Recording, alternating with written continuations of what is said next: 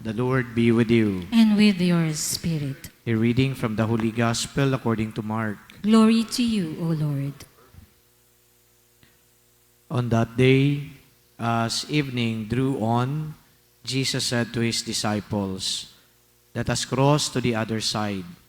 Leaving the crowd, they took Jesus with them in the boat, just as he was.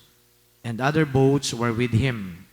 A violent squall came up, and waves were breaking over the boat, so that it was already filling up. Jesus was in the stern, asleep on a cushion. They woke him and said to him, "Teacher, do you not care that we are perishing?" He woke up, rebuked the wind, and said to the sea, "Quiet, be still." The wind ceased, and there was great calm.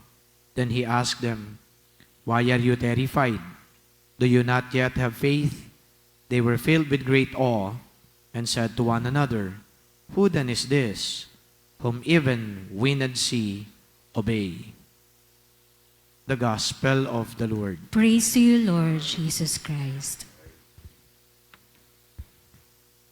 Sa mga pelikula ho o di kaya sa mga kwento, meron po tayong nadidiscover na ang mga tao talaga may pagkaabusado din. Ito yung may karangyaan na nga sa buhay, pero iti-take advantage pa yung mga maliliit na tao.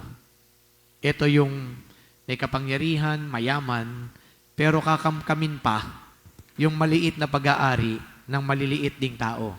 Usually, yan ang kwento. Sa mga pelikula, that's always the narrative. You have a powerful person, and yet, they actually pounced upon some smaller people who are either, poor or disadvantaged kasi gusto nila makuha pa yung mga ari-arian na malilit na taong ito. Yan din po ang nangyari ngayon sa first reading. Yung kwento na merong isang mayaman at maraming alagang mga hayop, tapos merong isang mahirap, nag-iisa lang yung kanyang alagang hayop. Pero itong mayaman, may dumating na bisita, imbes na yung mga hayop niya ang katayin, i-prepare bilang pagkain, ang ginawa ng mayaman, kinuha pa yung pag-aari ng mahirap.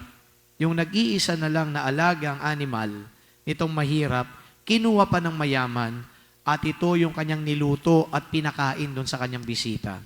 And then David was so incensed because there is a great deal of injustice and abuse being done against a poor fellow. Galit na galit si David. And yet, itong si David naman, meron din palang ganung ginawa.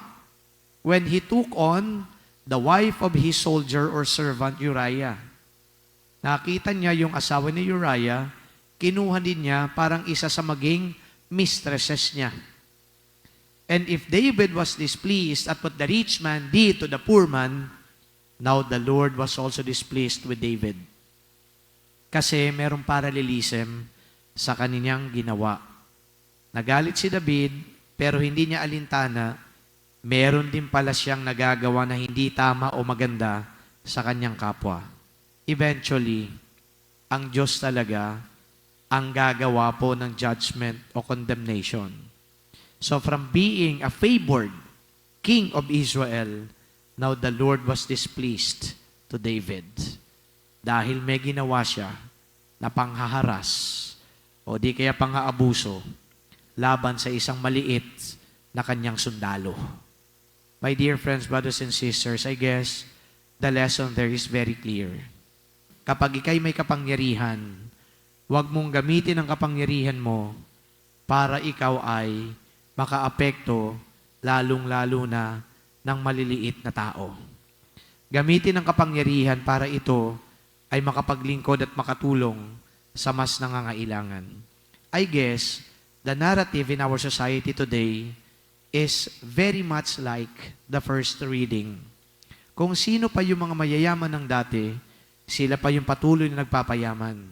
At sila pa ang nagkakamkam ng mga pag-aari ng ilan nating maliliit na kababayan. The Lord, I'm very sure, is displeased by what these people are doing. Hindi po gugustuhin at nanaisin ng Diyos na yung dati ng mga maliliit ang siya pang lalong pahihirapan. No wonder, gusto ko pong i-connect yung mga pangyayaring ito ngayon sa ating lipunan. Mukhang nagsalita na ang Diyos.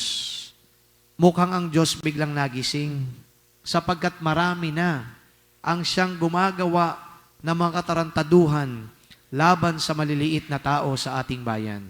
In the gospel, Christ was seemingly sleeping, not minding what was happening to His disciples who were so fearful because the boat was capsizing already because of the winds. But no, Christ was not sleeping. He was fully awake and He was very sensitive to what was happening. Kaya, nung sinabi ko na maaaring ang mga pangyayaring ito na nagpaluwas na sa issue ng katiwalian at pagnanakaw sa ating lipunan, perhaps God's hand is working. Perhaps it is also it is now the Lord who is taking advantage of the situation so that the corrupt may be exposed and the corrupt may be accountable. Doon po sa accountability, wala pa. In the first reading, nakita natin kung paano pina-account ng Diyos si David. In the succeeding readings, madidiscover ninyo na si David was deposed as the king of Israel. And that is the punishment that God imputed on David. Yung accountability ngayon sa mga tiwaling mga namumuno sa ating bayan, maaaring hindi pa natin nakikita. But perhaps the Lord is also going to do something about them. When somebody displeases the Lord is not going to be blind. When somebody displeases the poor and take advantage of the poor, the Lord will surely act. Kaya warning ito para sa ating lahat, na ang kababayan natin, ang kapwa natin, dapat na iginagalang at hindi pinagsasamantalahan. Warning ito sa ating lahat, na instead of taking advantage of other people, we'd rather do good things to them. Warning ito sa ating lahat, na ang Diyos ay nagmamasid at hindi siya natutulog. Batid niya ang mga pangyayari, and there will come a time of reckoning. My dear friends, brothers and sisters, what I shared with you about the readings is not a stretch of interpretation. But I guess, ito ang malinaw na ipinapahayag na talagang ang Diyos hindi po magpapabaya, lalong-lalo na kung ang nilalapastangan ay ang mga maliliit ng kanyang nilalang. So today, we are reminded of our obligation not to displease the Lord, but rather to please Him. But pleasing the Lord simply means doing good to others. Amen.